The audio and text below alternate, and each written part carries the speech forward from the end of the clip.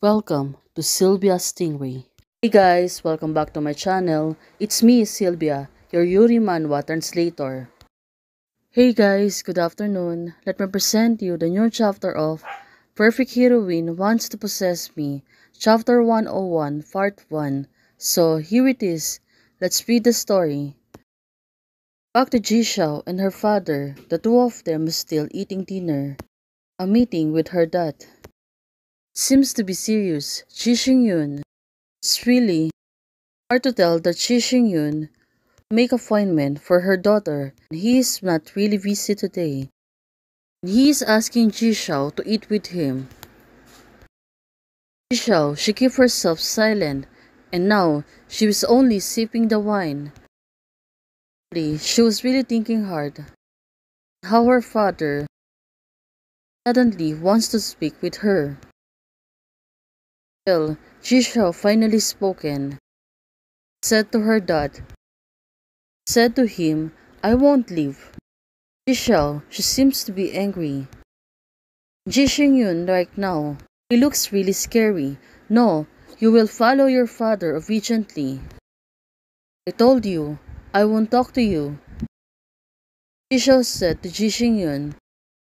Right now, it seems that Ji Xing-yun was really confident on herself. Ji Shao will gonna follow her. Ji Shao, she stand up. Now, she really gets angry. Of course, she won't really obey the bad deeds of Ji Xing-yun. Xiao Xiao, look at this. It's not too late to reject that. Now, suddenly, Ji Xing-yun is waving her hand. Well, could it be that he was calling something? Well, definitely, it was right.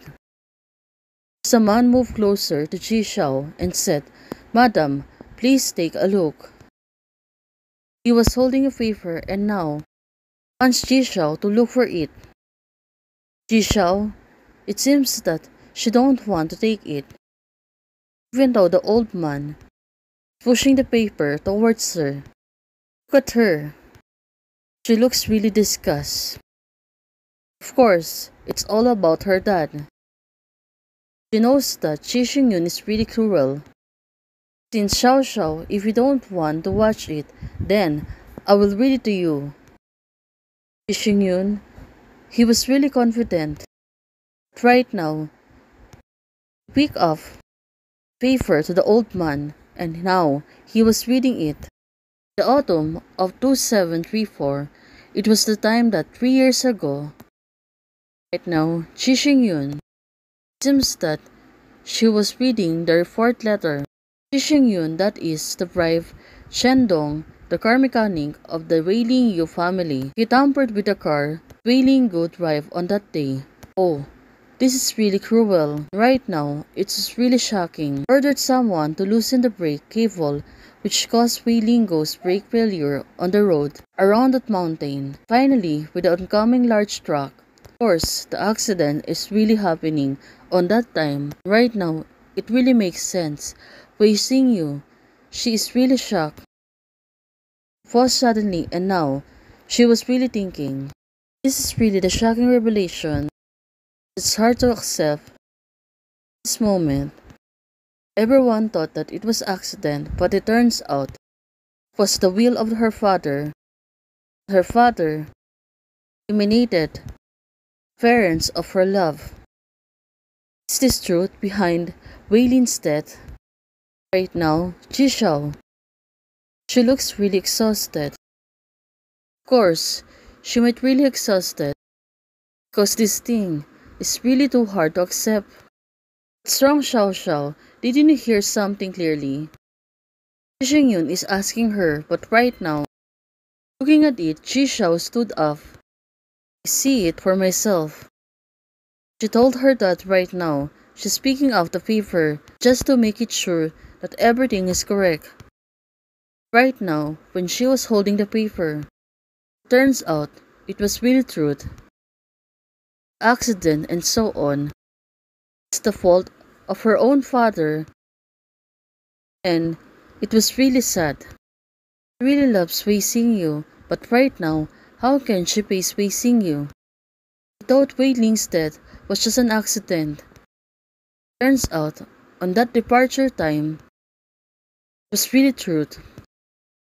Right now, it really makes sense. Jishao, it was really shocking. It's really hard to accept by hers. Spectacularly, all of the things was actually Ji Xingyun's designs. Xiao Xiao's stats never fight without preparations.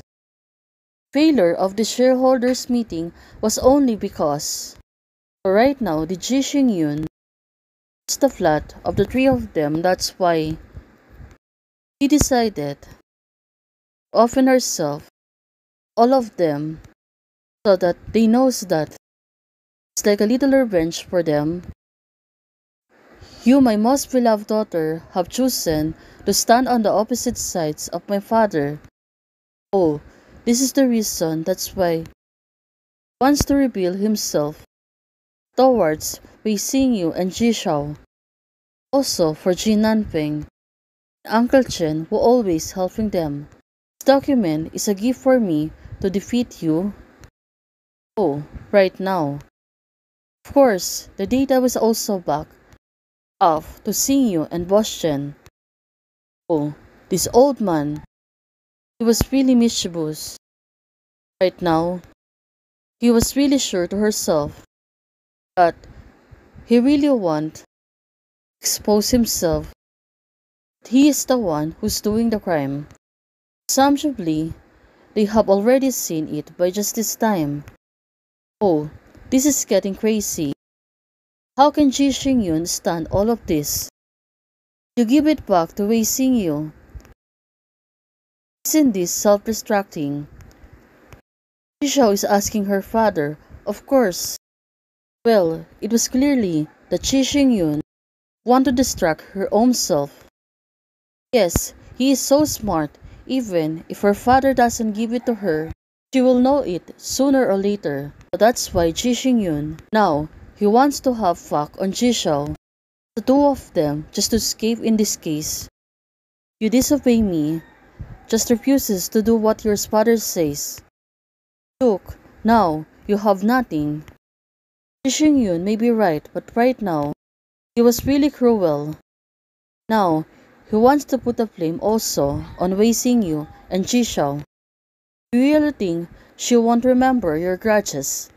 Even if Wei Xingyu doesn't hold grudges with Chen Linji next to her.